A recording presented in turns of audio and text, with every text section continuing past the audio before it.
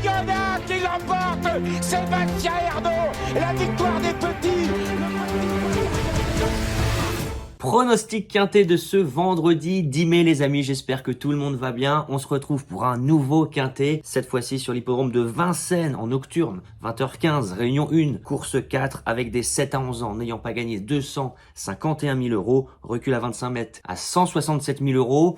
On a une belle course référence avec beaucoup de concurrents qui participaient à la course référence justement il y a de ça quelques jours. Quels enseignements peut-on en tirer? Quelle est l'arrivée la plus probable à mon sens? Je vous explique ça tout de suite. Et quand je parle de course référence, je parle bien évidemment d'un tiercé quarté quintet qui a eu lieu le 26 avril où on retrouvait beaucoup de concurrents qui reparticipent à cette course du vendredi soir. Ce jour-là, une vraie arrivée de handicap, seul Gims Duplessis était sorti du lot en s'imposant plutôt facilement, il ne sera pas de la partie aujourd'hui.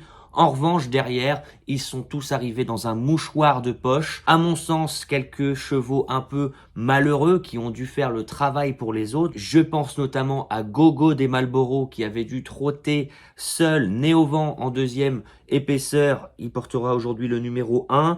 Et on peut également mentionner Harvest de Bullière qui avait lui ramené le wagon de 3. Donc vont-ils être malchanceux? Vont-ils redevoir faire le boulot pour les autres? C'est ce qu'on va voir. Avant que je commence les amis, comme vous le savez, si vous voulez nous rejoindre dans le programme Turfis Pro et recevoir tous les jours mes chevaux repérés par mail avec une analyse détaillée pour tous les concurrents un par un dans le quintet, eh bien n'hésitez vraiment plus à nous rejoindre. Le lien est en commentaire, est en description.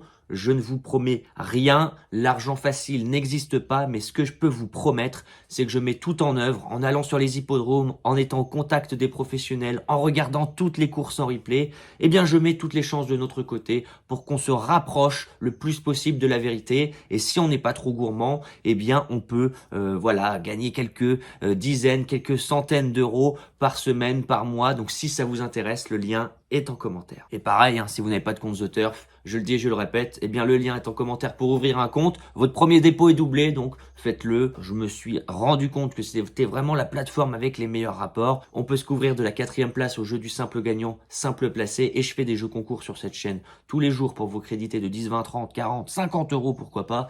Alors ouvrez un compte, le lien est en description. Premier dépôt doublé, donc si vous mettez 100, vous jouez avec 200. Ça permet de jouer gratuitement. Et on y va les amis, on y va en tête. Pour ce quintet du vendredi soir, je pars avec le 12, Udo Duruel. Bon, je pense qu'il sera parmi les favoris, les chevaux en vue, c'est normal, il est régulier, il a déjà prouvé son aptitude à Vincennes, il retrouve David Thomas avec qui l'entente se passe à merveille, c'est 6 fois sur 6 à l'arrivée, il reste sur un succès très plaisant du côté d'Amiens. Ce jour-là, il avait pris tête et corde, il avait repoussé toutes les attaques, il y avait vraiment lui et les autres.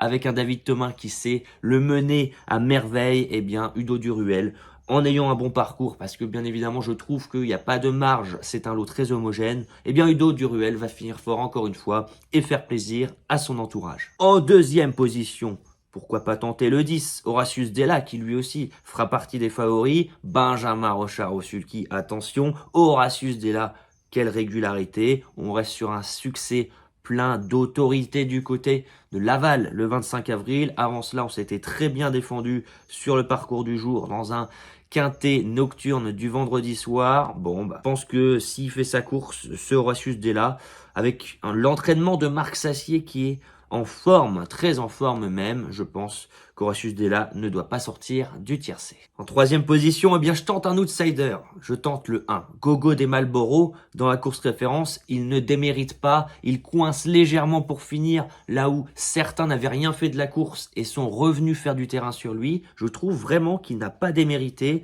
parce qu'il n'a en plus pas eu le bon parcours. Alors, 2 fois de suite avoir le mauvais parcours, le mauvais rôle, je pense qu'on va être un peu plus attentif du côté de son driver. Cette fois-ci, ça sera Franck Nivard qui revient aux manettes. Ils étaient partis au galop ensemble, départ auto-start le 19 avril. Mais l'autre fois, il n'y a pas eu de problème dans la course référence. Gogo des Marlboro était plutôt bien parti. Alors attention, il n'y a pas de marge. Donc si on se retrouve encore une fois nez au vent, ça risque d'être compliqué dans un lot qui est pour moi vraiment encore une fois homogène, mais en ayant un peu plus d'économie dans le parcours. Je pense que Gogo des Malboro, ce 1, peut venir créer la surprise. En 4e position, je tente le 15, Harvest de Bullière, avec Eric Raffin, une association qui marche du tonnerre de Dieu. En 13 tentatives, 11 fois, ils ont fait l'arrivée dans les 5. Donc voilà, l'association se passe vraiment à merveille. Qu'est-ce qu'on peut retenir de la course référence que Harvest de Bullière a fait le sale boulot, un peu comme Gogo des Malboro. Ce jour-là, je trouve qu'il démérite vraiment pas. Il ramène le wagon de 3, il fait longtemps illusion. Il coince forcément dans les derniers mètres, tout simplement, parce qu'il n'y a pas de marge.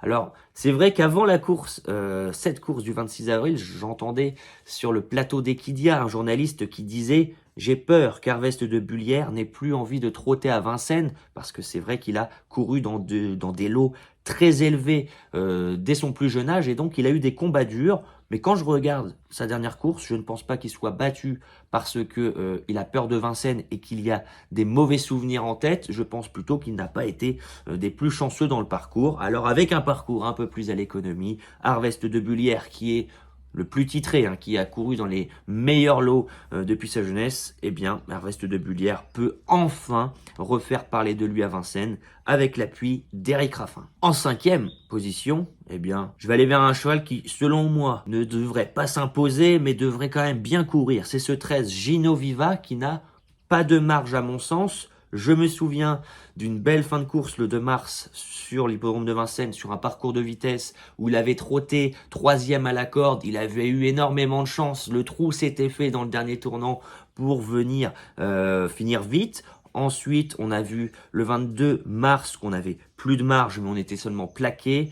Et en dernier lieu, le 12 avril, il était né au vent presque tout le parcours. Il n'a pas démérité. Certes, il n'y avait pas les 7 ans, mais aujourd'hui, avec un parcours plus chanceux, je pense que ce 13 Gino Viva peut prendre une place en fin de combinaison. Et pour compléter ma sélection, les amis, je vais mettre un petit sniper, le numéro 8, Follow Me Flash, qui ne sera pas déféré entièrement, mais seulement déféré des antérieurs.